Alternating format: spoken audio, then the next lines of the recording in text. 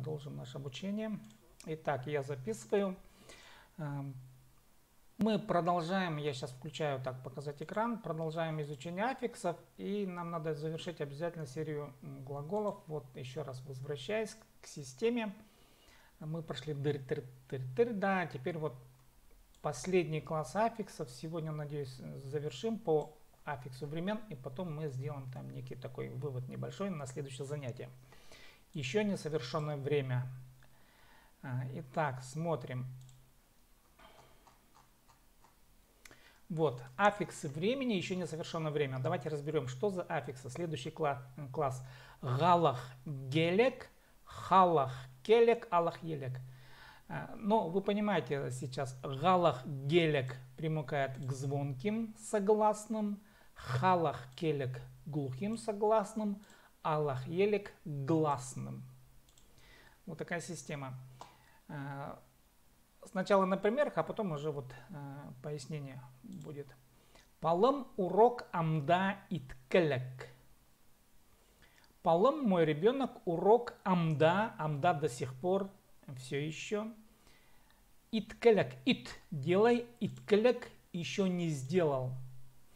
И вот смотрите, когда действие еще не совершено, но это действие должно быть сделано. Вот понятно, что уроки ребенок готовит каждый вечер, да, и это постоянный процесс.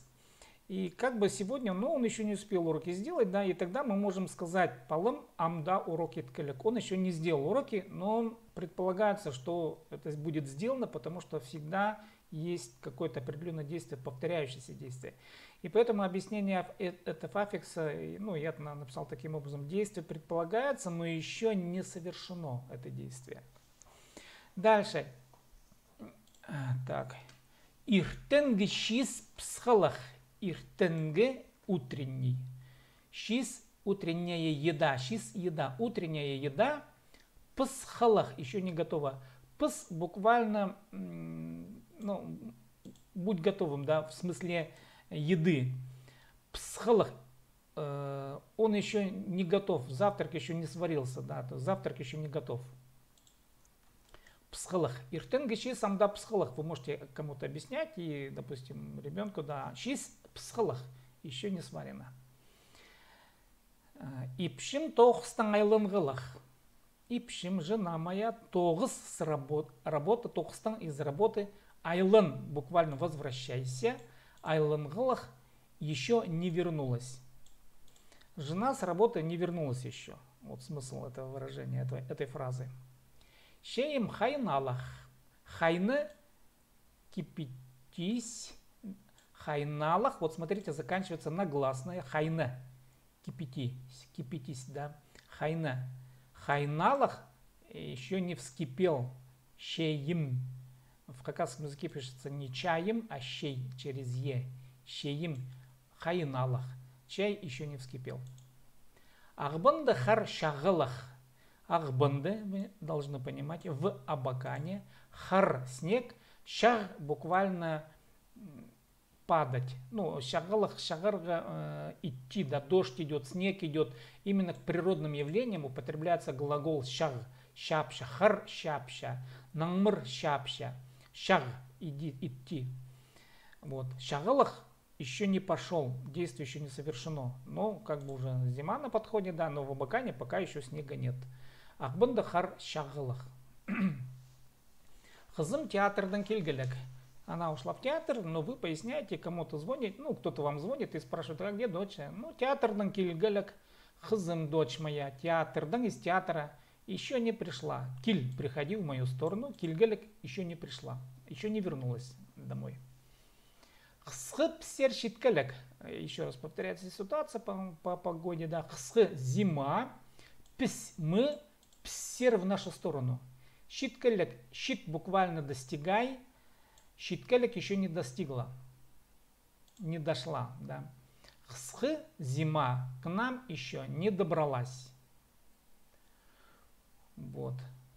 Должна вот скоро зима прийти, но пока еще вот где-то там еще на подходе. Вот. И мы можем пояснить. Хсхы псер щиткелек, она еще вот до нас, до Сибири еще не добралась. А где-то там на Северном полюсе уже давно зима. Сух үсті тоңалақ. То же самое про погоду. Суг, вода, üstü. Когда река, ну, вода, она покрывается тонким ледом, да, вот это явление называется суг, üstü, поверхность воды. Все, что наверху, üstü, это вверх. Том мерзни. Тонголах еще не замерзла. То есть действие еще не совершено, но вот скоро-скоро наступит зима, и вот вода замерзнет, да. И мы объясняем, суг üstü тонголах, вода еще не замерзла. Пүрлер прай түскелек. Пүр буквально листок, именно дерево, листья деревьев. Пүрлер листья деревьев. Пүрлер листья. Прай все. Түс буквально падай. Түскелек еще не упали, еще не опали, да. Пүрлер прай түскелек. Листья еще не все опали. Не все, прай все. Түскелек. Тоғыз тозылғылық. Тоғыз работа, тозыл буквально заканчивайся. Тозылғылық еще не закончилась. Еще не закончена работа, да. Работа еще не закончена. Вот, вот эти вот аффиксы, они имеют вот такой смысл. Галах, гелек, их всегда можно применять, но попробуйте дома на свои глаголы прописать их. Вот эти аффиксы с подобными выражениями. Так, давайте я сейчас... Вот. Так, идем дальше. Дальше пословицы. Давайте разберем пословицы. Да, вот следующая порция. Уйгужи түзінде де успша. Уйгужи. Уйгу буквально сон. Уйгужи тот, который любит сон. Ну, сонливый, да. Жи это аффикс образования существительного. Уйгужи тот, который любит сон. Түзінде. Түз буквально сон. Түзінде в своем сне. Түзінде де. Де это аффикс усиления. Даже в своем сне узупща. Узупща в настоящее время. Узу спи, узупща спит. И вот получается уйгужи, сонливый, который любит сон. Түзінде де узупща. И во сне спит. Ну, понятно, тут я подобрал подобрал пословицу для характеристики ленивых людей, да. Сонливый и во сне спит. Ну, в общем, это про ленивых, можно так сказать. Дальше, следующая пословица. Ирінжек кізе күннің позырых. Ирінжек ленивый. Кізе человек. Кізе человеку. Ленивому человеку кізе күннің, күн, день, күннің, каждый день, позырых, воскресенье. Ленивому каждый день воскресенье. Ну, в общем, думаю, смысл понятен, что зачем работать, допустим, ну и тогда хорошо как бы. Ну и вот очень часто употребляемая пословица «хургтиль хунгылт ütk». Можно везде в литературе это где-то часто встретить.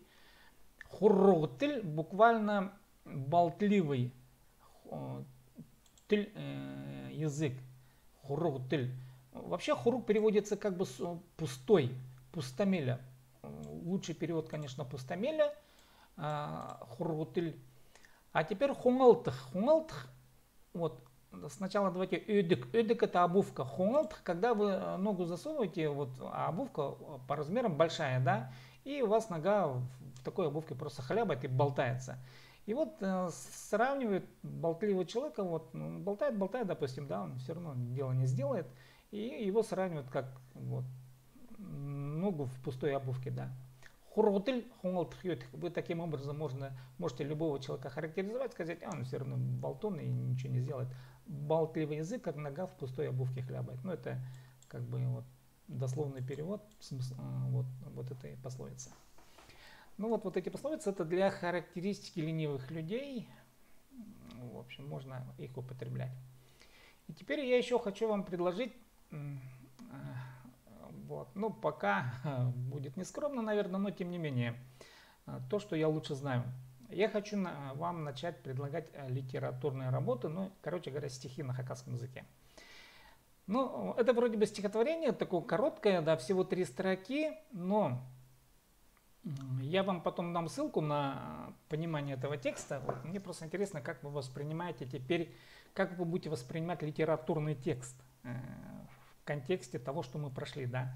Ну, если вы, кто знает литературу, занимался литературой, давайте мы сначала прочитаем литературный текст. Дырбул, так, прошу прощения, тут вот. Дырбул щул, тадырлап щулпол тыр. Вот стихотворение из 3 буквально строк. Но вы видите, дырбулчил, да, это известное выражение Алексея Крученого. Потом посмотрите, я вам дам ссылку на статью, которую я сам же написал для пояснения вот этого стиха, как нужно понимать. Тадырлап, ну тадырлап, хакасы, те, которые хорошо понимают хакасский язык, они между собой всегда говорят мин тадырзм, я тадыр, да. Это само название хакасов, я хакас. Хакас это политоним. Имеется в виду, что он был введен в 20-е годы, и сейчас он используется, конечно, да, вот мы все равно говорим, что я хакас, но я про себя еще говорю мин тадырзм, мин тадырбн, да, я еще тадыр. Вот теперь смотрите, дыр был чил тадырлып, чил полтыр. И теперь смотрите, вот этот глагол полтыр, он должен правильно писаться так, вместе слит надо полтыр.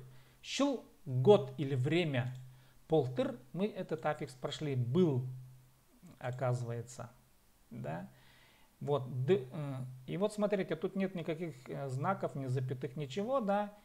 И вот этот полтыр, он разносится через пробел, ну в данном случае я его сделал, да. И как бы вот на этом завершается смысл стиха. Вот это есть стихотворение. Поймете, не поймете, как поймете, мне просто интересно, как вы это будете трактовать. Но тем не менее, я вам дам сейчас статью, ссылку на статью. Вы там потом посмотрите, если будет интересно. Можете там даже комментарии прописать. Сейчас, подождите, дам ссылку.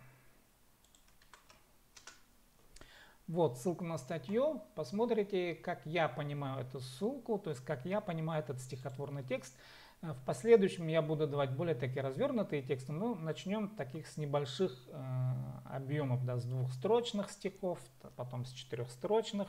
Потом будем изучать тахпахи, допустим, да. Ну и все такое. Но потом уже, когда у нас база сложится, можем говорить уже о более объемных вещах и даже о сложных стихах. Ну, на сегодня пока вот то, что я смог вам предложить. Сургулар парба.